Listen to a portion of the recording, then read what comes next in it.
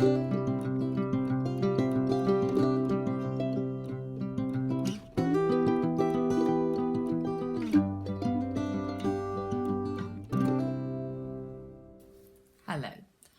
I've been asked on a few occasions recently if I would do a demonstration video showing how I make the basic structure of my memory books. So I'm going to have a go at that today for you. There are many very good demonstrations on YouTube and on different people's channels that show how to make memory books. This is just my take on it. This is how I make my memory books. So I'll show you what I can do. Right, I'll bring you down. So I always make my the actual structure of my memory books in either black or dark blue card. That's so that it lifts the colours of the papers that I use. When you use really nice papers, you want to actually make them pop just that little bit more. And black and navy blue are what I would always go for. And I pick whether it's black or navy blue depending on the colours in the patterns of the papers that I'm using. So today I'm going to use black, and I've cut the pieces that I need, and I'm just going to show you what I do with them. So the first thing I'm going to do, and I cut two of these, is I take a piece of A4 card and I cut the tiniest little slither off the long side to make this 8 inches.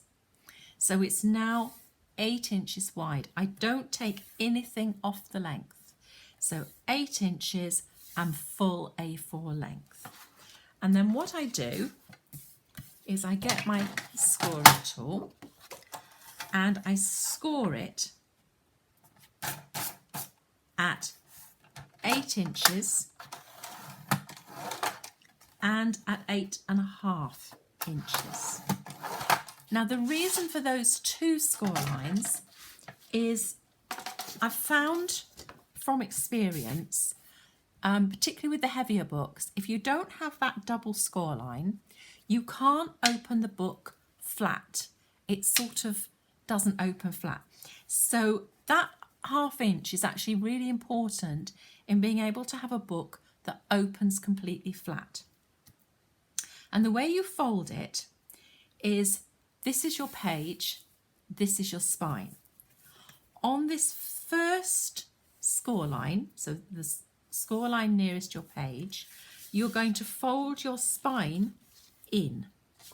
So you're bringing the spine part over the top of the page. And I'm just burnishing that so it's a nice crease. You then take your second score line and you take it back on itself, like that. And burnish it again, so that what you've got is sort of like a little pleat in the middle there. And you do that twice. So I've got two of these, and these are going to form the front and back cover. This is going to be your spine. This little ½ inch here is what's going to allow you to open and close the book flat, because it's just going to give you that little bit of leeway.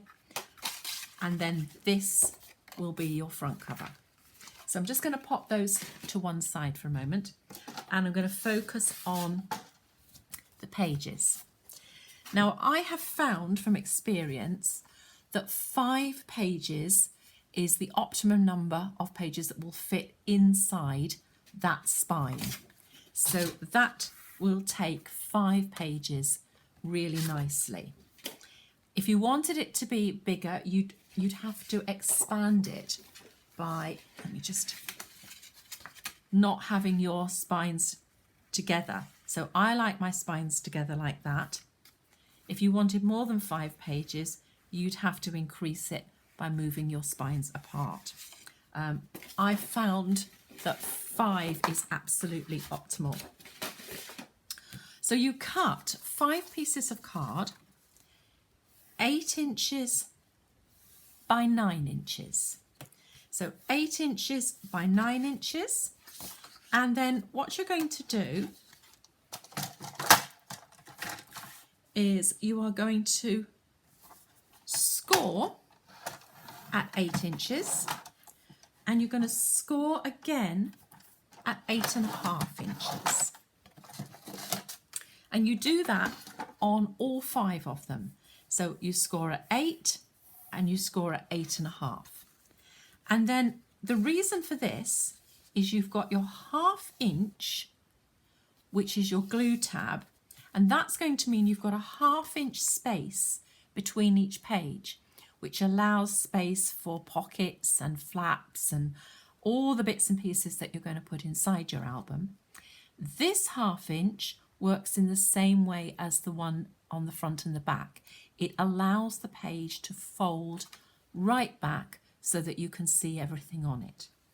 So we're going to work in exactly the same way with these as we did. So here's your page. You're going to fold this one in, give it a bit of a burnish, and then fold the other one out. And just gently fold it out like that, and that's your first page. And you're going to do that on all 5. So in, give it a burnish, and then back out, give it a burnish. You may have noticed I always start my fold from the middle, and that actually means that you are less likely to crease it in the wrong place, especially this one. Start it in the middle and work it out, and then burnish from the middle, so that you can be absolutely sure that you're folding along the fold line, the scored line. So always start in the middle, work out, quick burnish, same going backwards, quick burnish, and then a final one. So we're going to fold in,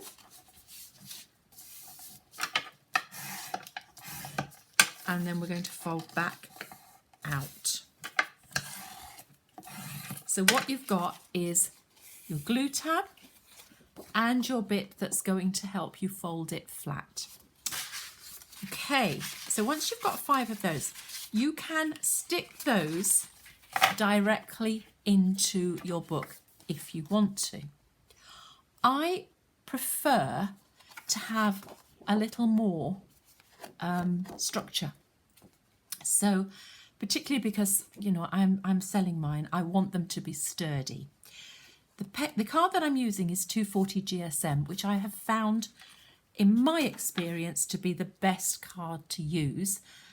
Anything more and it's quite hard to fold, anything less and it's too flimsy. So I always go with 240. It is my go-to card for everything. So I then cut 5 pieces of card to 8 inches by 8 inches. So these are completely square. We're not going to do any folding on these. What we are going to do is on the back of each one of these, I'm going to stick this other piece of card. So this is going to give me 480 for each of my pages. And remember, these are only the basic structure that's going to go to make up your memory book. You're then going to put your pages on top of this, and I'll explain that in a minute. So I'm going to go edge to edge, and I'm just feeling along that to make sure it's straight, and then I'm just going to go down. I've got to put glue on that and get the glue rubber on it. It won't matter because we're actually going to cover that, and I'm just going to burnish that. So that's one page complete. So the next one, turn it upside down. I can't get my card. I always like to just double check that I haven't done anything wrong by just laying it on the top first. So I'm just going to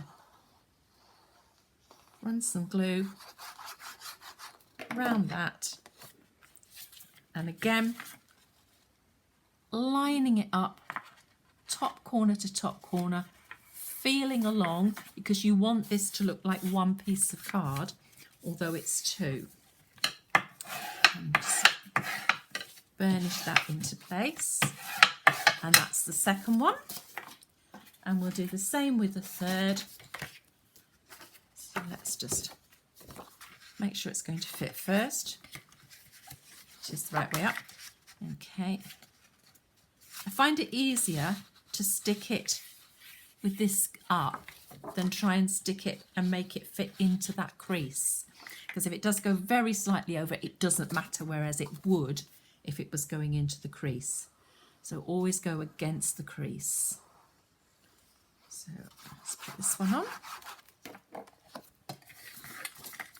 So line it up, edge to edge, corner to corner, like that. And you can see if it doesn't go right up to the edge, or it goes very slightly over, it's not going to matter.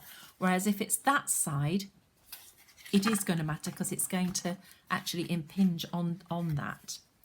Okay, and the fourth one. So just make sure it's the right size. I haven't cut anything wrong. I've done so many of these.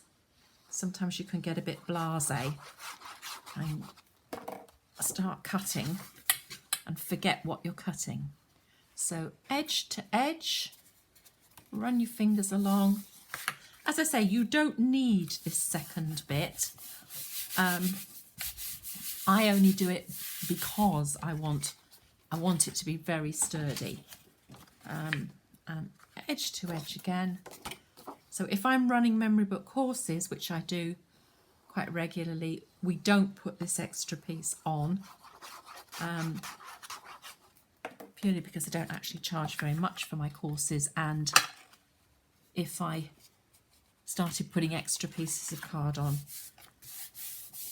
that would be extra cost, and you don't need it if you're just making a book for yourself. Okay, so that is my 5 pages made. So now I need to come back and I need to bring one of my covers back in. So this is the front of your book. You can see the bit coming up, and then you've got the spine. So you want to turn it over so that you've got the spine back side up, if you like. You're going to take one of your book pieces, and this is now going to be your glue tab and your spacer.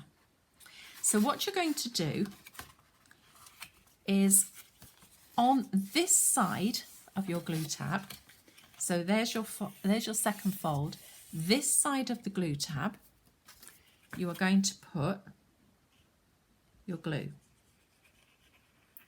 So just a little bit of glue, and then you're going to butt this edge, this raw edge, up to, but not quite on,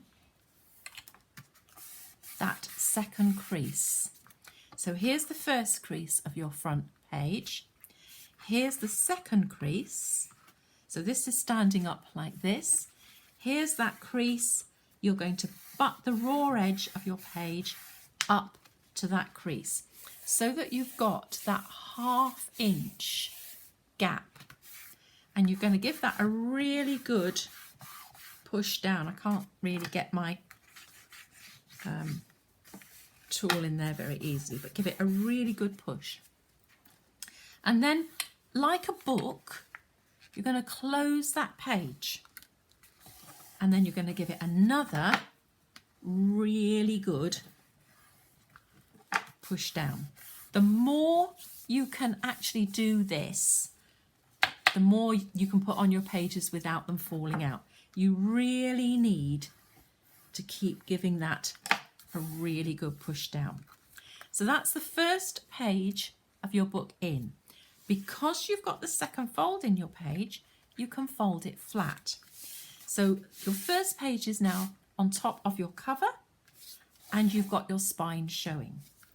you've also got the line where that page is stuck in. So you're going to take your second page. Again, the glue is going on this top edge of this fold.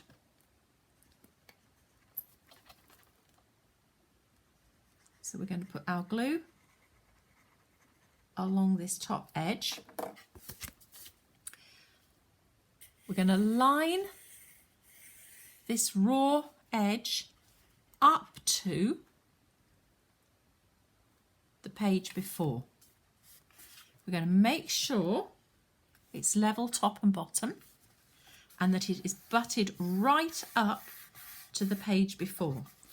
That is going to give us our 1/2 inch space between the page. So I'm just going to rub this, not absolutely, that's it, it wasn't absolutely straight. Okay, I'm just going to give that a really good rub, and then I'm going to do the same thing again. I'm going to fold that page into the book, and then I'm going to get in here and really burnish this. I want this to be really flat. Okay, really well stuck down. So I've now got 2 pages of my book. The pages are over with the cover. I've still got my spine here, which is diminishing in size. So I take the next one, flap side up. I'm going to put my glue on.